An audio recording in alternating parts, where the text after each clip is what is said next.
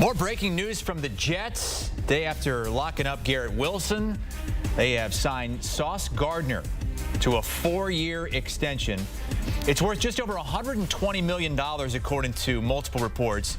He now becomes the league's highest paid corner at just over $30 million a year.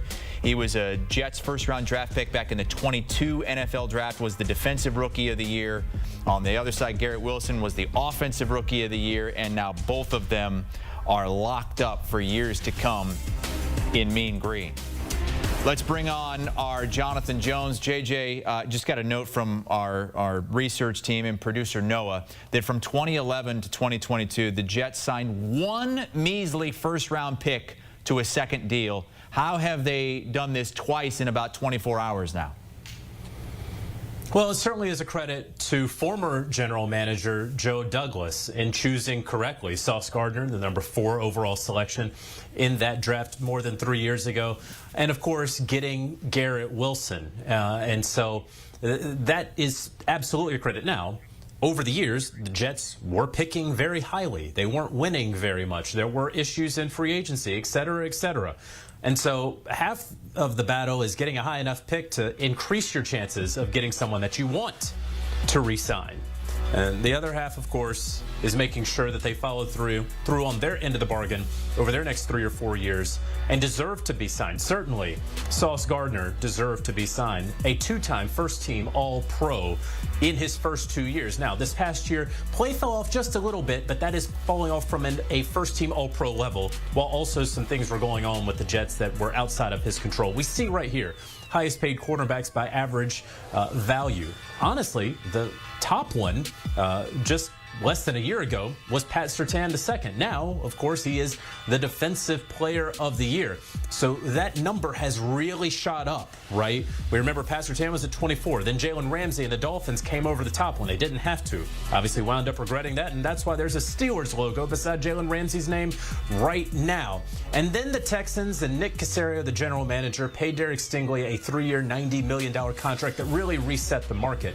So the Jets had to go above and beyond. This is going to be reported as a 4-year extension, but in actuality, it is 4 years on top of the remaining 2. That is exactly what we saw yesterday with Garrett Wilson. So the Jets, having selected both of these fantastic young players a few years ago, now have them locked up and under team control throughout the rest of this decade, right? Their deals are up in 2030. That's also when they turn 30 years old.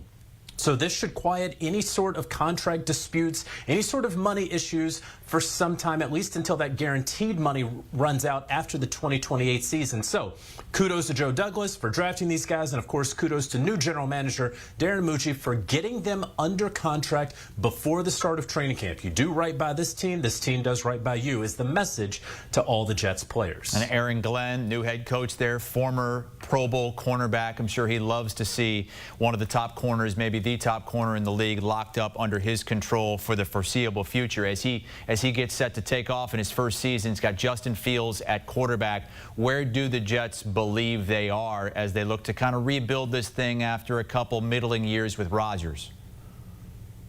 Yeah, certainly, and I think that's the right way to put it. You know who your franchise pillars are, your cornerstones. You know that you wanted to lock up the Sauce Gardners and the Garrett Wilsons of your team this offseason. You hoped that there wasn't going to be any nonsense in May or June, right? This new regime comes in.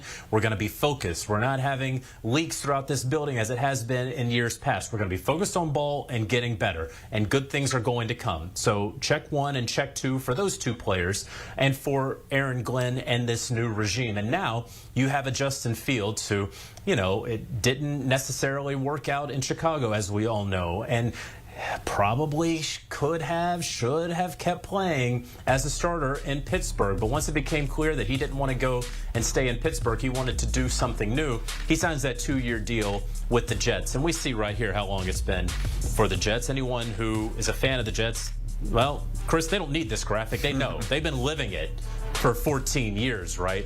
I don't think that you're going to hear any bold proclamations from Jets players this training camp under new head coach Aaron Glenn about this year's goals. I fully anticipate when they get to training camp and the microphones are in their face, they're going to be talking about getting better every day and each week going 1-0. And so any idea of breaking the drought and that Lombardi over there, the one Lombardi looking a little lonely, as we remember a former Jets quarterback once said upon his introductory press conference. You're not going to be hearing that from these Jets. Well, big-time lockups there for the New York Jets as they begin the new tenure of Aaron Glenn. Obviously, one of those helping to reshape the wide receiver market in Garrett Wilson.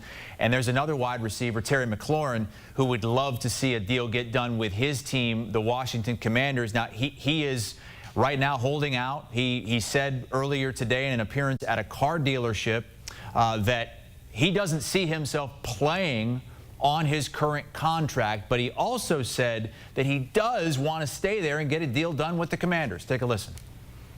You know, I wanted to continue my career here. I've created my life here. You know, my wife and I have bought our first home here, so this has been somewhere where I've always wanted to be. And, you know, just to see how things have played out has been disappointing. Obviously, I understand everything's a business, but at the same time, like, you know, I want to put myself in a position where, you know, I'm valued and, you know, I feel appreciated and things like that. And, you know, unfortunately, that hasn't transpired the way I wanted to.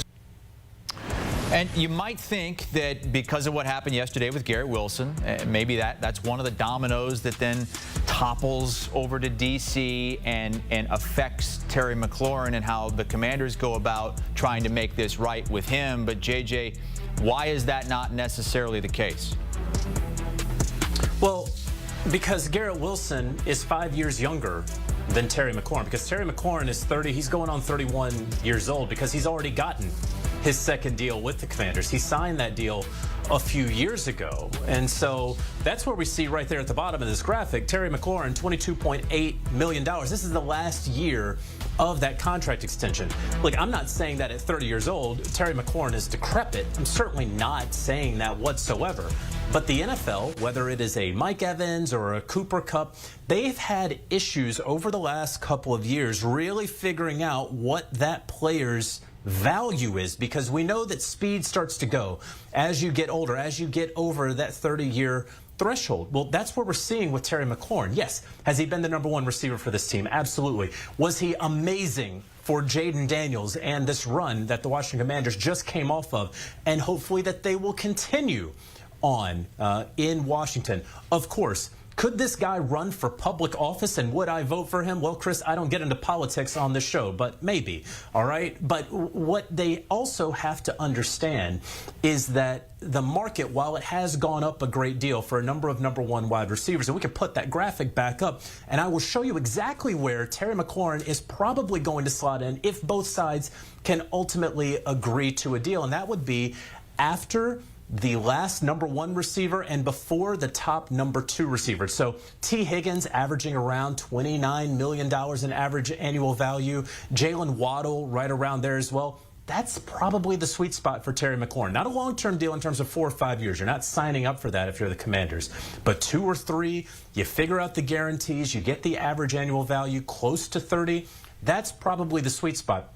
In terms, lastly, Chris, of holding out, because he is a veteran and because of the way that the collective bargaining agreement is, he can't really hold out because it's going to run him about $50,000 per day. That starts to add up really quickly. All the money that you think you're going to make in that next contract, well, you ultimately have to pay it back for all the time that you missed in July and August. So we'll see where things go. Doesn't seem like it's happening anytime soon to hear Terry McLaurin say it, but I do think that ultimately the two sides will work something out because both sides want and need each other. And if he does slot in where you think he might there by T. Higgins, that would make him 9th, 10th highest paid AAV. He wants to be top 5 at this point, but that just might not be in the cards for Terry McLaurin.